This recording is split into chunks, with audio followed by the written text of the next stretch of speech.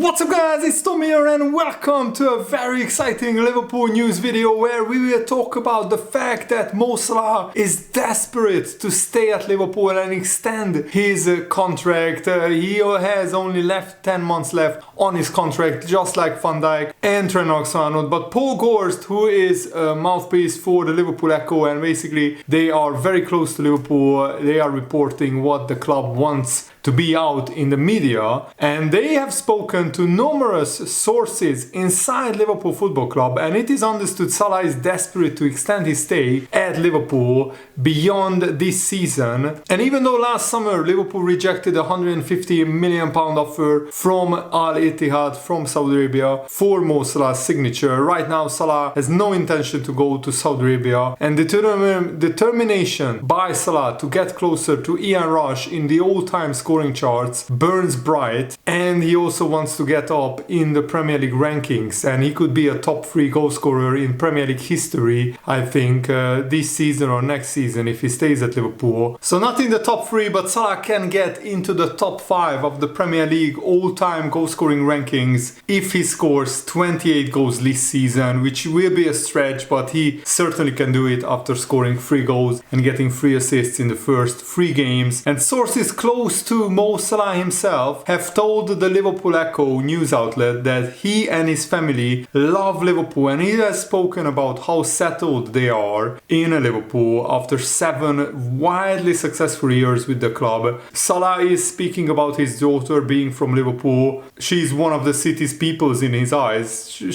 Salah admitted that his daughter is a Scouser. And Daniel Sturridge told Sky Sports on Sunday, "I would be surprised," Sturridge said, "if Salah would be let go by Liverpool. Mo has achieved pretty much everything he could at the club, but I've not seen him happier. The way he was speaking then was as if I want to be at this club. If the club are going to give him what he wants, then he will stay. I really hope he does stay because he has been magnificent." And I can't agree more. And let me know in the comments below, do you think Salah will stay? How long of a contract would you give Mo Salah? We will analyze all of this in this video. So if you enjoy these, make sure to leave a like and subscribe if you are new around here. So 5 years ago, Salah shared the golden boot with his Liverpool teammate Sadio Mane and Pierre-Emerick Aubameyang, and this speaks to the dedication, the professionalism and the brilliance of Salah, that Mo Salah is still operating on the same level as he was back then 5 years ago, but Aubameyang and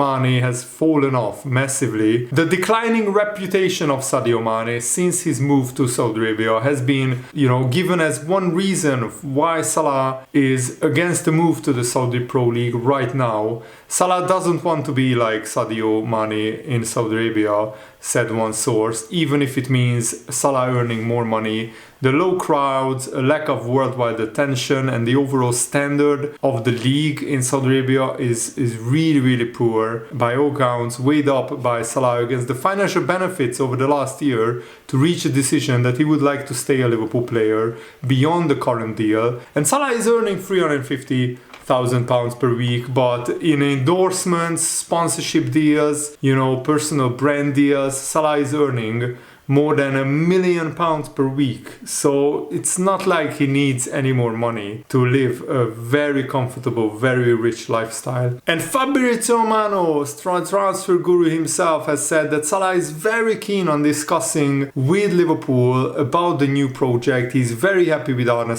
and the new Liverpool directors. Let's see financially and in terms of the project, in terms of the length of the contract, there are many things to discuss for Mo Salah between Salah and Liverpool, but I'm sure they can come to an agreement because Salah is a generation talent, and he also is one of the icons, one of the legends at Liverpool, and it would be an absolute PR disaster for Liverpool, for the owners, for everybody connected to Liverpool if we let Salah or Trent or Virgil van Dijk go. Fabrizio Romano said, "I can confirm once again that Liverpool and Mo Salah will talk in the next days and in the next weeks. There will be conversations to discuss the contract situation, so I'm very, very happy to hear." And Alex Crook, a journalist journalist is reporting that the Anfield hierarchy are relaxed about Mo Salah's contract situation, with talks scheduled to take place with their advisors imminently. It is also understood Salah is settled and he is keen to stay beyond the end of the season when his current deal expires. And Liverpool are planning to open talks with Mo Salah over a new contract in the near future. So we should get it sorted in September or October. We shouldn't let it drag on for November or December. But I think what Liverpool are doing is Liverpool wanted to wait and see what this season looked like, as Salah had a difficult time after his injury last year. Going public with this helps exert some pressure and noise for things to happen soon. So Salah going public with the fact that Liverpool haven't sat down with him to offer him a new contract and that he wants to stay, he's very happy. And Liverpool now publicly briefing journalists that Liverpool will sit down with Salah to discuss contract talks is important. But the first point is important because I think Liverpool want to gather 1 or 2 months worth of data, not just on Salah but on Virgil van Dijk as well. How are they operating on the wrong side of being 30 plus years old? Salah is 33 years old, I think.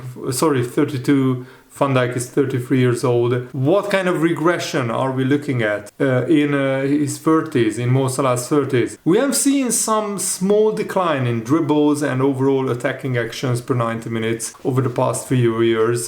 Because that's normal, because, you know, Salah is aging, but it's not a huge decline. It's a gentle, small decline over time, but it's there. End of last season was a cause for concern because not just Salah, but the whole Liverpool team struggled in the last 1.5, 2 months of the season. Was that a big decline in Mo Salah's performance, or was it just a blip as Salah got over a rare injury and he came back into a struggling team? 3 games of data with a week between games isn't a typical sample to use by Liverpool either. So if a player is going to struggle more than in the past, then you will see that more when his load is higher. I think Liverpool will wait for September and maybe the beginning of October to see how Salah performs when the Champions League starts back up again, and Liverpool will have to play 2 games every week and Salah will have to play 2 games every week. Suggestions of just giving Salah any length of contract for any amount of wages are frankly insane. A complete departure from using analytics to assess at which point his cost is exceeding the value that he brings to Liverpool. It will cost Liverpool more to give him a bad long-term deal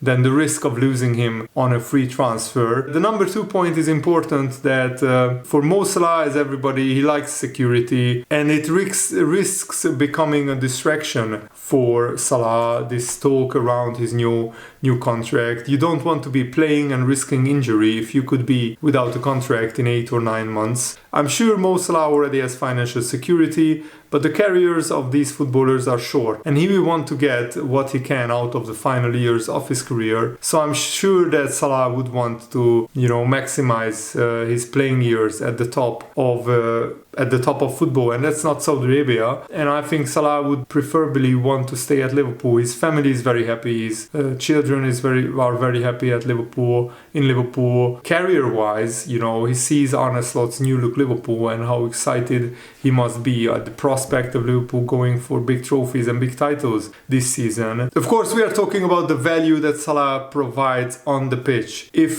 Salah's performances are worth X amount of points this year and it's declining at 5% maybe every year, at what point is £25 million a year wages going to be too much, going to become a burden? And it's very, very difficult to calculate that, I think, for the next 2 or 3 years. So it could be a flat 5% or an additional 3% each year. So maybe in 2022 Salah declined 5%. And then in 2023 it's 8% from his absolute world-class top level, and it's 11% in 2024. But we don't have anywhere near the data to even begin properly assessing that. And maybe Salah's age curve won't be a typical one either, because he's an immaculate professional. He does absolutely everything to keep his body as fit as possible. He's eating all the right foods, getting all the right kind of rest. He's using all kinds of methods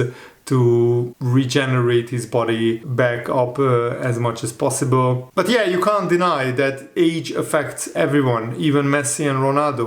But they were the two footballers that went on to be absolutely top players even when they were 35, 37, 38 years old. We are seeing very little signs with Mo Salah. We just likely want to take our time to properly assess it and weigh up the cost against the value that Salah provides on the pitch. And Chiesa can protect Mo Salah a little bit. That's why I was so happy that Liverpool signed Chiesa, because he can actually give Salah the needed rest that he requires now that he's 32 years old. We can't expect Salah to play every minute of every game on the right wing in the Champions League, in the Premier League, every 3 or 4 days. And Liverpool don't have a proper backup right winger, or didn't have a proper backup right winger until we signed Chiesa, who is already scoring bangers in Liverpool training videos. I absolutely love those. Mo Salah will increasingly rely on his passing, as he can't beat everyone on the dribble,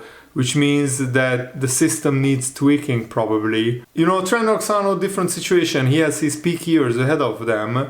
So you want to secure them for those years. So a 5 or 6 year deal is no bother to be offered for Trent. But with Salah, there is obvious risk as an explosive player in a position that requires explosive actions. Virgil van Dijk as a centre-back needs assessing too. Probably Van Dijk is the most easy one, because over long distances his speed won't decline much. He was never the fastest centre-back in the world in short distances either, so his explosive speed declining is not as much of an issue with Van Dijk as it is with Mo Salah. So I think Liverpool should give Salah maybe a 2-year contract with an option for a 3rd year, which can be triggered by the club if we deem it fit. There is probably a heavy element of assessing the risk, but given some of the comments, I don't think Salah or Virgil van Dijk would be against rolling contracts at their ages. That's a very interesting suggestion by this Liverpool fan. Maybe Virgil van Dijk is a little different, just from the idea that he's a centre-back who is pretty much bulletproof and whose one age-related concern, his speed, is less of an issue, because it will take a long while before Van Dijk is not fast over long distances. It will take more than 2 or 3 years. So I would give both Van Dijk and Salah 2-year contracts from next summer. So that secures us Salah for at least another 2 years, and with an option for a 3rd year, which I think is great for Liverpool because they can trigger that option. And also, you should offer them the similar wages, so maybe increase Salah's wages to 400k weekly wages, but with bonuses. So if Salah gets 20 goals, he gets a big bonus. If Salah gets 25 goals, he gets another bonus. If he gets 30 goals, he gets another bonus. And with Van Dijk, the amount of trophies won and the clean sheets, we should attach bonuses to that as well. But I think Liverpool are already doing that. The problem was that Jurgen Klopp didn't extend, and Liverpool didn't extend these players' contracts last summer, so 1 year ago. But probably Liverpool didn't want to extend these contracts because we didn't know how Salah will perform when he's 32 years old, how Van Dijk will perform. And Liverpool want to get as much data as possible, so we will probably wait until the end of September, maybe middle of October, when we see enough data for this season and how Van Dijk performs, how Salah performs, to give them new contracts. With Trent Alexander-Arnold, however, we should sit down with him right now and secure a new contract, because he's 25, he's at the absolute peak of his career. His next 5 years is going to be the best 5 years of Trent Alexander-Arnold's career. You want to slap a 6-year or 5-year contract down the table with much improved contract. Give him 300k or something like that, so just below Mo Salah, to show him that Liverpool really value his contribution. And Salah is already the highest earner at Liverpool, so it will be difficult for Liverpool to offer him more money when he is very slowly but very gradually declining. But with Salah, there is a very legitimate argument that he's a unique footballer who is an outlier to the data by which Liverpool and FSG use as guidance. Those writing the record books have barely had a week without adding to them where Salah is concerned, and the all-time top goal scorer of the Premier League era on Merseyside now has 214 goals to his name in just 300 games, which is absolutely brilliant. And I think Salah made a very good decision not be going to the Olympic Games with Egypt and having a full preseason with Arne because he started the season absolutely on fire, especially because Salah suffered a hamstring tear at the Africa Cup of Nations in January, and he had fitness problems in the second half of last season. And Salah topped the Liverpool fitness charts, winning the 6-minute run test upon his return. It's such performances that should convince those who make the calls that a considerable drop-off won't be imminent at 32 years old. The former star of Salah was singled out for praise during the second half of the 21-22 campaign, when it could have been easy for Salah to have allowed the uncertainty around his long-term future to distract him from the pitch. So let me know, what do you want Liverpool to do? I want Liverpool to offer Salah a 2-year contract with a bonus third year as an option to be triggered by the club. And I also want Liverpool to maybe increase his salary just a little bit, because it wouldn't harm Liverpool financially. Remember that we made like a 30 or 40 million pound profit in this transfer window, so Liverpool have more than enough money in the bank to offer these big contracts to Salah, Trent Alexander-Arnold and Virgil van Dijk. Let me know your thoughts in the comments below. Thanks for watching, have a nice day, see you later guys, goodbye.